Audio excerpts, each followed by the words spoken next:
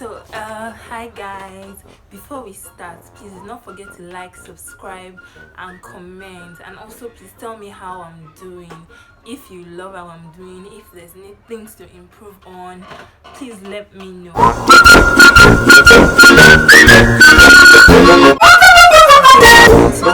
Talking about a topic that really resonates with me. That's the mistakes I've made in my fashion brand.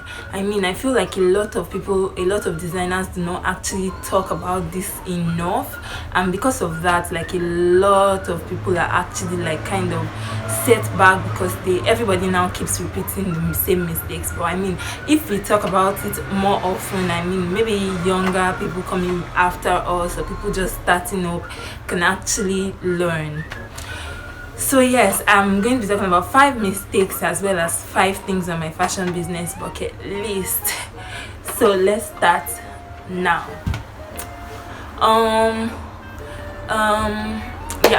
So the very first thing I'm going to talk about is one of the mistakes I think I made in my business is not structuring my business enough for it to survive without me being present.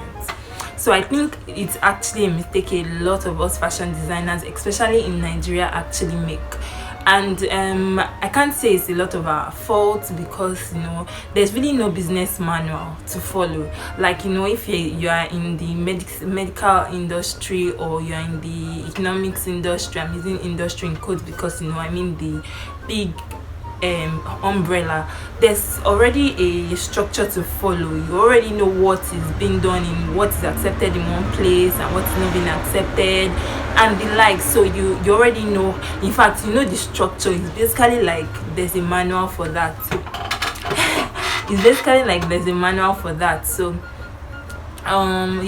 that's number 1. Okay, so the second thing is actually one very big mistake that I still kind of regret every time is actually closing up my office space when I was relocating. But I couldn't leave that office space open, reason being that I didn't have the correct staff structure. At least in my opinion, most of my staff needed like supervision to work and the like, so it couldn't have survived without me, trust me. And I tried even after, because I still had some orders after I traveled, and then the way it was being done, I knew that it wasn't possible for my business to survive like that. If not, like, the whole thing was going to crash completely. So that was why I made the big decision to actually close down my stores, my office space. I wish, like, if I had like a better structure, in all honesty, I would have loved to keep that place opened up and like continue to do business in Nigeria like as usual. And also because most clients are already used to the idea of me fitting them and me being there for their fittings and all of that. So, and because I was running like a bespoke kind of setting, so to change that would have been a lot more difficult. And because a lot of the ideas come from me personally, and I hadn't trained like somebody to actually like kind of take over the torch, and I didn't have like a manager, an overall manager. I think that's the most important thing. It's hard to find like a fashion design manager in Nigeria. It's hard to find people actually doing those job roles. That's because everybody wants to be a CEO, which sucks, by the way. But also, like, you have to pay them a whole lot for them to leave their businesses to come and meet. That's not how it's being done here, to be honest. Not here. Like, from what I've seen, there are a lot of people actually assuming those roles here in France, and it's easier than being in Nigeria. I wish more people would be open to that. More people would like be open to those opportunities. And this is kind of like a loophole for you.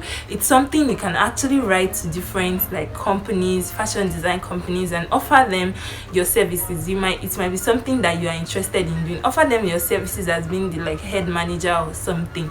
Talk with them. You don't know, you might get a job from that, and then you get another income. And there are a lot of big designers that are actually doing that. Top, like Karl Lagerfeld. I think I'm not sure if I'm correct, but like, you get my point. A lot of people are doing that. I don't know why it's not a thing in Nigeria anyways. The third one is not having an ad fund. Like, creating a marketing fund for my brand, because when I first started this brand initially in 2012, 2013, I can't remember, in one of these 2 years, I started it as a hobby, and then at that time I didn't have like a fashion business knowledge, like basically like I didn't have business knowledge generally. I wish I knew the things I know now then. Well, it's growth anyways. I would have actually set up an ad fund for my brand. I would have taken it more seriously, because I think right now I've realized that marketing is really what grows a brand. Yes, you have to be good with your products and the likes, but like if you're good and nobody knows you're good, you're playing yourself. So anyways, that is one mistake I think I've made, a big one I think I've made, but I've grown from that and I've learned my lesson. Okay, I think I'm a little bit back in that hole right now, but it's better than when I started. One big mistake I have made, especially in the beginning stages of my business, in fact for a long time, was spending the business money.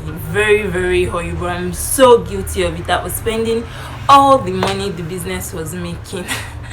It's horrible. Like I was spending it like my personal money, but then I learned better. I tried to be a better person, try to pay myself salaries, so that at the end of the day I don't touch a lot of the business funds. But like I said, I think I'm back into that hole right now, because right now it is my major source of income here, so I have to live and survive, and Paris is expensive. Jesus, it is so expensive. So I don't have a choice. But yeah, then the last one, I still have a lot too. I'm telling you, I think about it, I'm like, I still have a lot, but let me just stop it at this one. The last mistake I'm talking about today is not pushing my brand story. So one thing that experience has also taught me in this fashion business, you people should go. One thing that experience has taught me in this fashion business is that you need to push. The story sells the brand, like the story sells the product. People are more interested in the story than the actual product. That's really what the entire branding and entire packaging of the business is. So I feel like one mistake I've been constantly making is not pushing my brand story enough. Maybe because even me, I don't know how to tell it. I need to actually sit down, write it down, work with my content creator. Yes, I have a content creator who happens to be my beloved sister. She's so great at it. She's offering her services for content creating and helping your business to have all that juice. So yes, I'm going to have to do that. Sit down with her, talk to her, talk about the. And then I think also another reason why I make that mistake a lot is because I think the brand story got lost somewhere in the middle, or it evolved. And then when you already know the story in the beginning and then it's evolving, it's hard to know how to tell it again. But I'm getting my juice on. I'm going to talk with my content creator. I'm going to talk with my boo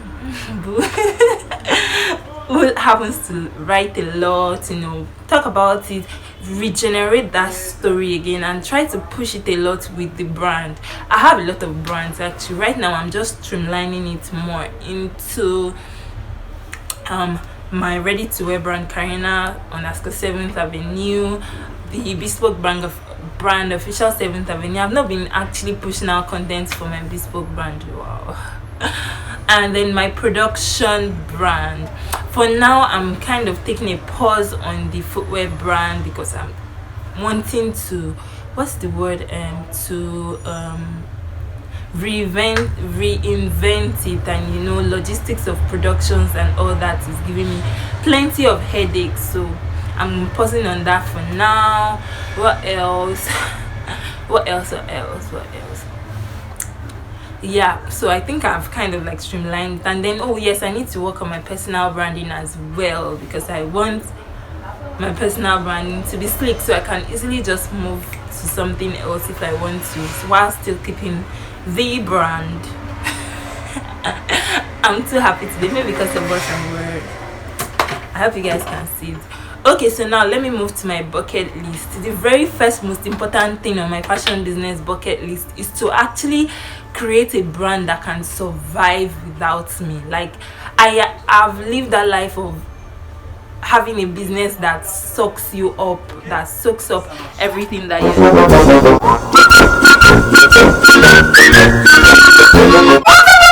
basically, I've been in a business that, you know, immerses you so much into the business, and you know, it sucks that you can't have another life. I really want to like be able to enjoy. I'm at the point in my life where I want to be able to enjoy life and enjoy other things, and you know, be at liberty to do other things if I decide to. So I want a business that can actually survive without me. I really ultimately would love that. And also, like, maybe if I die or something, I want a business that would outlive me as well.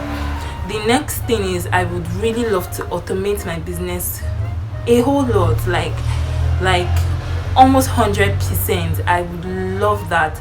Like, for me, like, automating my business is so, like, I feel like it's very important to having a business that survives me. Actually, like, it's it's one of the key things that I need to have. So it's important for me to actually automate my business. Also, I would love to, the third thing on my bucket list of my fashion business bucket list is to globalize my brand. So I want a brand that is actually global, like people recognize the brand everywhere.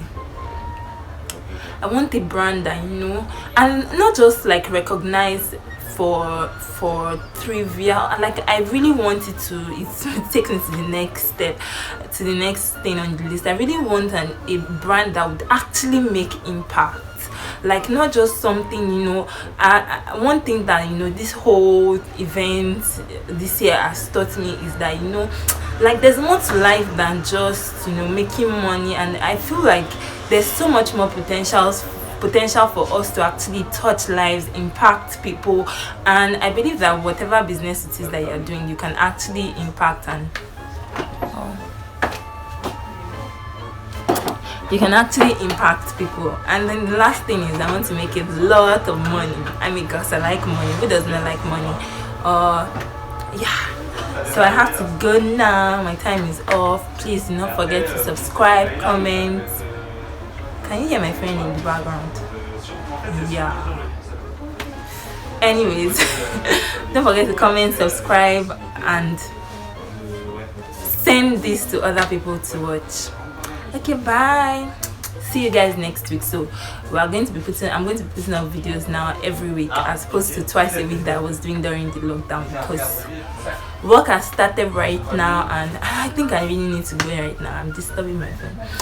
So work has started right now, and you know, everybody is now on the move. So I'm going to be putting up videos once a week, and I promise to be consistent with that. So help me God. Okay, bye.